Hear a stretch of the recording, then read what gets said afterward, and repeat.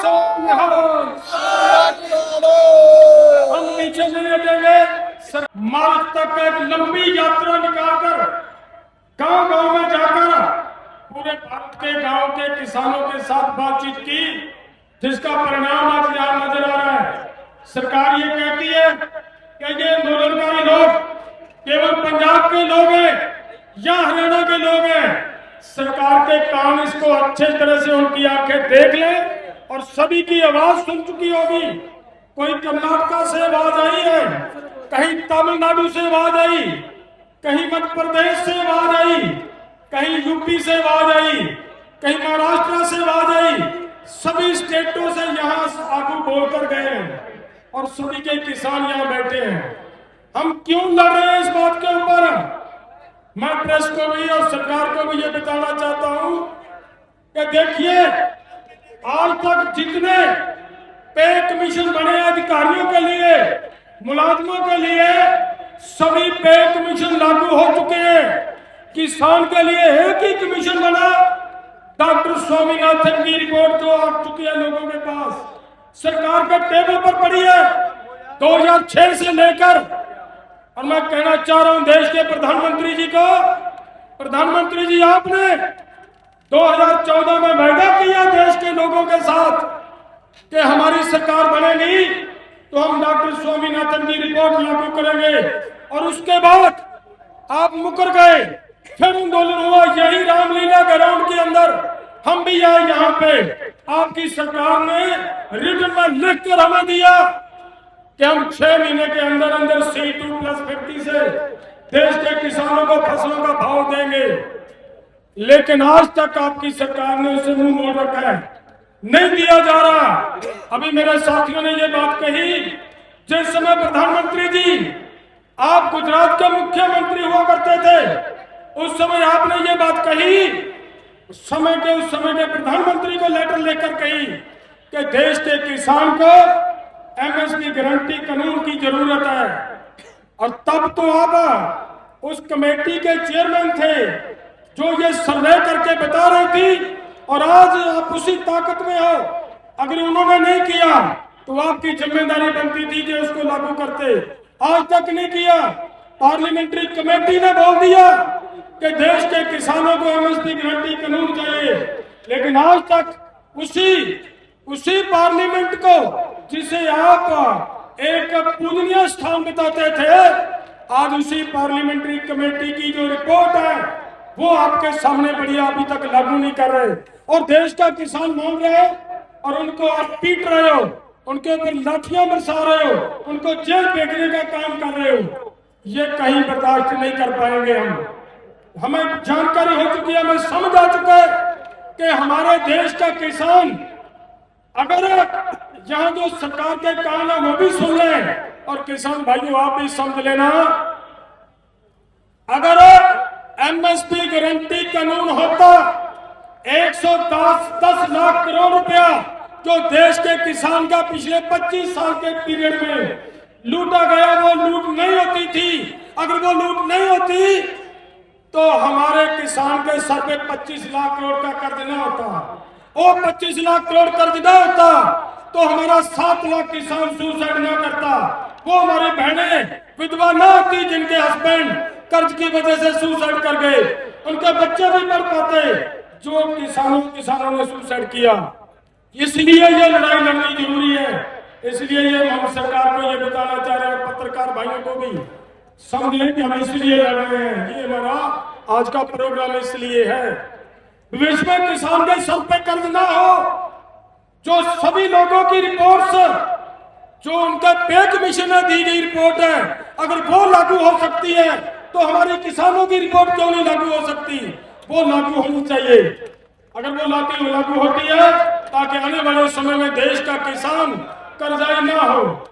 और दूसरी तीसरी बात हम ये कहते हैं कि हम कर्ज की बात करते हैं, जब हमारी लूट 110 लाख करोड़ रुपया हो चुकी है और हमारी तरफ कर्ज केवल 26 लाख करोड़ का है, तो फिर हमारे किसान के सर पे कर्ज बनता ही नहीं है। लूट ज्यादा है, कर्ज कम है।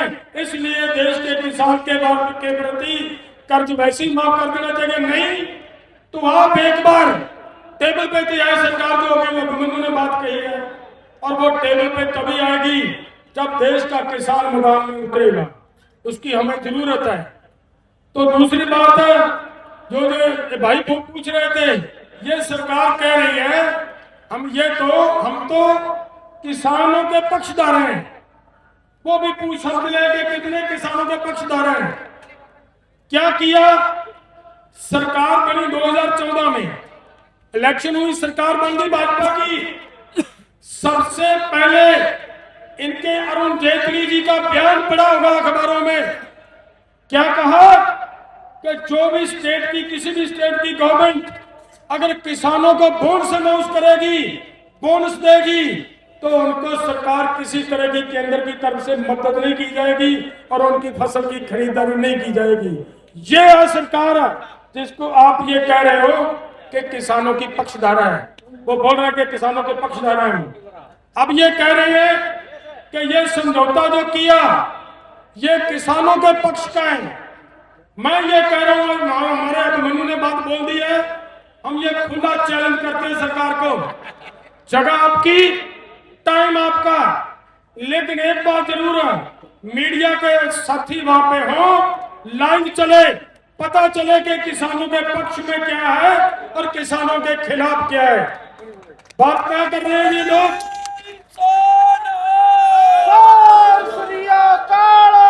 देखिए क्या किसानों के खिलाफ किया जा रहा है, मैं वो बताना चाह रहा हूं। इन्होंने कहा कि 2-3 महीने पहले ये बोले थे, 3-4 महीने पहले ये कह रहे थे हम अपने देश के किसानों का इंटरेस्ट ध्यान में रखेंगे, कहीं पे किसानों का नुकसान नहीं होने देंगे, ये बात कही थी। लेकिन जब ट्रेड डील की उसमें किया क्या? ये कहा कि सोयाबीन का तेल बाहर से आएगा। मैं पूछना चाहता हूं मंत्री जी से, अगर सोयाबीन का तेल बाहर से आएगा, सोयाबीन पैदा करने वाला किसान क्या उससे प्रभावित नहीं होगा? मंत्री जी बताएं, इस बात का जवाब दें। आपने कहा कि मक्का का रेजिड्यूज बाहर से आएगा। अगर मक्का का रेजिड्यूज बाहर से आएगा तब मक्के का उत्पादन करने वाला किसान प्रभावित होगा या नहीं होगा? आपने कहा कि शराब बाहर से आएगी। वो कहने के लिए छोटी सी बात है कि शराब का किसानों के साथ क्या रिश्ता?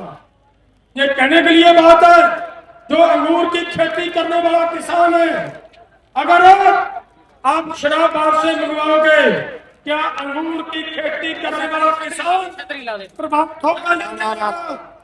कि अगर शराब बाहर से मंगवाओगे, अगर गन्ना की खेती करने वाला किसान प्रभावित होगा या नहीं होगा? अगर आप फ्रूट बाहर से मंगवाओगे, फ्रूट का किसान प्रभावित होगा या नहीं होगा? अगर ड्राई फ्रूट बाहर से मंगवाओगे तो ड्राई फ्रूट का पैदा करने वाला किसान प्रभावित होगा या नहीं होगा? मैं पूछना चाहता हूँ भारत की सरकार से। और अगली बात क्यों, जो सबको, पूरे देश के लोगों को, दिल्ली के सभी निवासियों को मैं कहना चाह रहा हूँ, ये केवल एग्रीकल्चर को प्रभावित नहीं करेगी। जो बाहर से आएगा वो क्या होने जा रहा है, आपको इस बात का इल्म होना चाहिए, जानकारी होनी चाहिए कि अमेरिका के अंदर जीएम क्रॉप्स को इन लोगों ने अनुमति दे रखी है। वहां जीएम क्रॉप्स पैदा होती है। जब जीएम क्रॉप का वहां से तेल आएगा, वहां से मक्का का रेजिड्यूज आएगा, वहां से सेब जीएम आएगा, उसका क्या प्रभाव पड़ेगा वो नट पे सच कर लेना आप सबने। और कार्यों को मैं बता देना चाहता हूँ, उसमें क्लियर लिखा गया है कि आदमियों की हार्ट की प्रॉब्लम आएगी।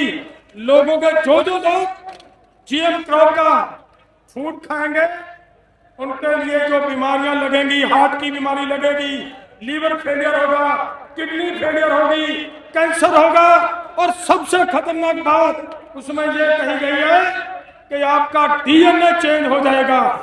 डीएनए चेंज करने की अगर बात करता कोई तो देखना कि कितना इफेक्टफुली ये बात है जो ये सरकार करने जा रही है। सो हमारा ये सरकार को ये कहना चाहते हैं कि किसी कीमत पे देश का किसान इसको बर्दाश्त नहीं करेगा। और केवल किसान की बात नहीं है, ये देश गुलाम हो चुका है। कैसे मैं ये कह रहा हूं, क्यों कहना पड़ रहा है हमें ये? कि देखिए पिछले दिनों प्रेस के माध्यम से ये बात का प्रचार कर रहे हैं, खूब प्रचार कर रहे हैं। वो ये बोल रहे हैं कि हमें हमारी सरकार की बहुत बड़ी जीत हो गई है। हमने अमेरिका को इसलिए हाँ यस करवा दी है कि 1 महीना तेल हम रूस से और ले पाएंगे। अरे शर्म से टूट कर मर देना चाहिए। हमारे प्रधानमंत्री जी, आप तो ये कहते थे कि 56 इंच की छाती है हमारे प्रधानमंत्री की। अब जरूरत थी आपके देश के किसानों को पीटने के लिए, 36 इंच की छाती की जरूरत नहीं। उसके लिए तो ये मुलाजिम बहुत है। अगर 56 इंच की छाती की जरूरत दिखाने का समय था तो अमेरिका को दिखाने का समय था।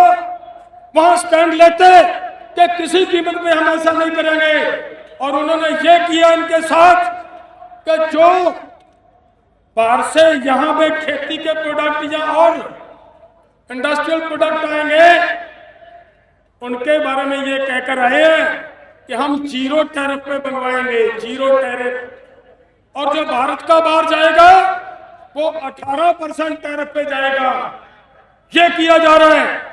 तो एक इससे ये तय होता है कि भारत को एक बार फिर से ये लोग गुलाम करने का फैसला ले रहे हैं। हमारी सबकी जिम्मेदारी बनती है। आप और हमारा सबके बड़े बुजुर्गों ने बड़ा आंदोलन किया। हम सब ये बोलते हैं कि पंजाब, हरियाणा और बंगाल के लोगों ने बड़ी लड़ाई लड़ी देश की आजादी के लिए और जेलें झेली हैं। हमने काले पानी जैसी जेलें का संताप होगा हमारे बुजुर्गों ने। किसके लिए? देश की आजादी के लिए। अगर अब हमें जेल जाने की जरूरत पड़ेगी, सरकार नहीं पीछे हटेगी, तो मैं आपसे यह पूछना चाहता हूं, अगर जेल जाने की जरूरत पड़ती है, सरकार नहीं पीछे हटती, बताएं आप इसके लिए तैयार हैं या नहीं? तैयार है जी, तैयार है। सरकार को ये भारत अमेरिका की ट्रेड डील से पीछे हटने की जरूरत है, पीछे हटे। अगर सरकार फिर भी उसी तरीके की गलती करती है तो किसी कीमत पे बख्शा नहीं जाएगा। दोबारा फिर से बड़ा देश का आंदोलन होगा। देख लेना, कल से घबरा रहे थे, परसों से, कि यहाँ तो भाई आप 18-19 हजार लोगों के लाने की बात कर रहे हो। तो बार बार ये आ रहा था कि कृपया नंबर कम कीजिए, नंबर कम कीजिए, नंबर कम कीजिए। पता नहीं कितनी अरदासें की होंगी इन्होंने कि बारिश आया तो यहाँ संख्या कुछ कम हो गई। नहीं तो मैं ये कहना चाह रहा हूँ, फिर भी हमारे साथी रास्ते में बहुत सारे हैं, वो जो आ रहे थे, जो व्यवस्था बनाई वो व्यवस्था भी ठीक से बन नहीं पाई। इसके लिए आप सभी साथियों से हम क्षमा चाहेंगे। यहाँ के टेंट वाले भाइयों ने जिस तरीके से मदद की है, उन सब भाइयों का हम धन्यवाद करेंगे, प्रेस वाले भाइयों का।